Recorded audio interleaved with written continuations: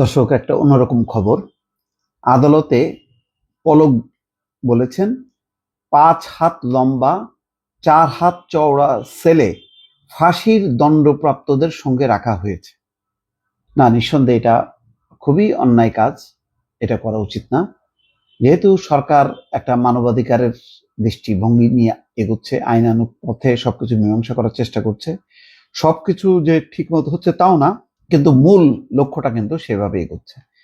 এখানে জুনায়েদ আহমেদ পলক এমপি ছিলেন, তিনি মন্ত্রী ছিলেন, সুতরাং তিনি ডিভিশন পাবেন, এটা হচ্ছে আইনের বিধান।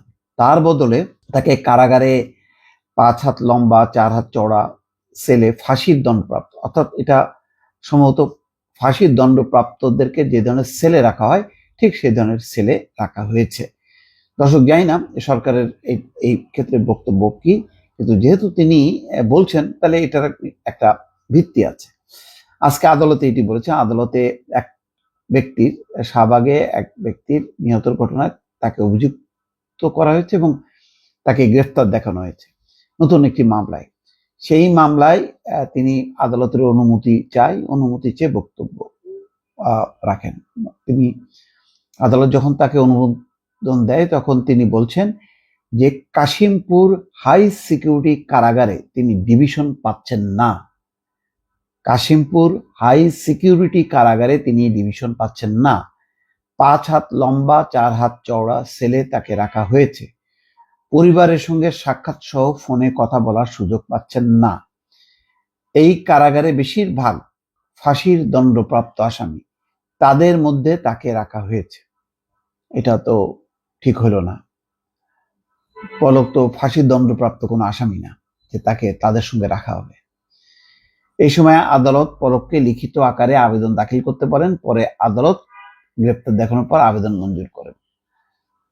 যাই হোক, ঘটনাটা হচ্ছে, আমি এই প্রসঙ্গে অন্য একটি কথা বলতে চাই। আজকে এই অন্তর্বর্তী সরকারের ধরেন 3.5 মাস আমরা দেখছি যারাই অ্যারেস্ট হচ্ছে তাদেরকে কিন্তু হয় রিমান্ডে নিচ্ছে, রিমান্ডের পরে আদালত থেকে কারাগার, অর্থাৎ রিমান্ড আদালত কারাগার ঘুরছে। এটা সম্পূর্ণ একটা আইনানুগ পন্থাই কিন্তু সবকিছু হচ্ছে। একজন সরকারের, বিগত সরকারের কোনো মন্ত্রী নেই, এমপি নেই, যাদের পরিবার বা অন্য কেউ অভিযোগ করেছে তাদেরকে গুম করে রাখা হয়েছে, তাদের কোনো খোঁজ পাওয়া যাচ্ছে না। অর্থাৎ আমি বলতে চাচ্ছি যে এটা অবশ্যই অন্যায়, কিন্তু এর চেয়ে বহুগুণ অন্যায় বিগত 15 বছরে বিএনপি জামাতের অনেক শীর্ষস্থানীয় নেতাদেরকে কি অমানবিক পরিস্থিতিতে রাখা হয়েছে। ব্রিগেডিয়ার আজমি দেখেন, আয়না করে 8 বছর নাকি 10 বছর তিনি ছিলেন। অনেকে যুবক বয়সে গেছেন, বৃদ্ধ হয়ে বের হয়েছে। 10টা বছর যদি চলে যায়, 8টা বছর চলে যায়, এবং এই গুম অবস্থায়, নিখোঁজ অবস্থায় কতজন মারা গেছে তার কোনো হদিশ নেই। কত গুমের অভিযোগ এখন পড়ছে। তো সেই কারণে বলছি, একটা বিভীষিকাময় সময় ছিল। এই সরকারকে বলা হচ্ছে অনির্বাচিত সরকার, অসাংবিধানিক সরকার।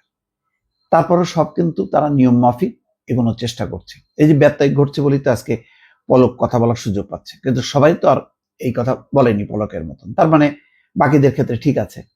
কিন্তু আওয়ামী লীগ আমলে কি হচ্ছে, আমি শুধু তুলনা করছি, আমি এটাকে সাপোর্ট করছি না যে পলকের সাথে সে আচরণ। শুধু কল্পনা করেন, আমরা এটাকেই মনে করছি। আমি প্রথমেই তো বললাম যে এই কাজটা মোটেও ঠিক হচ্ছে না। কিন্তু আপনি যদি চিন্তা করেন একটু, এই ধরনের যখন আলোচনায় আসবে তখন তো প্রতিপক্ষ, যেটা আমরা দেখতাম যে যখন আলোচনা হতো বিএনপির কেউ কথা বলতো, তখন সাথে সাথে আওয়ামী লীগের ওই হাওয়া ভবনের দুর্নীতি ও মুক্ত কেস, ওই সমস্ত কাহিনী নিয়ে আসতো। কিন্তু এই কাহিনী তো বেশি দিনের না। 15 বছরে গুম, খুন, নির্যাতন, ক্রস ফায়ার, সেই ঘটনাগুলো চিন্তা করেন। তখন তো একটা আইনানুগ সরকার ছিল না, যদিও আমি মনে করি যে এটা একদম ইলিগাল গভর্নমেন্ট ছিল 15 বছর, 14, 18 আর 24, এটা কোনোভাবেই স্বীকৃতি দেওয়া যায় না। তারপর আওয়ামী লীগ তো দাবি করে এটা আইনানুগ সরকার ছিল। তা আইনানুগ সরকারের মধ্যে আয়নাঘর কোথা থেকে কেন আসে, গুম কেন আসে, ক্রস ফায়ার কেন আসে, এনকাউন্টার কেন আসে?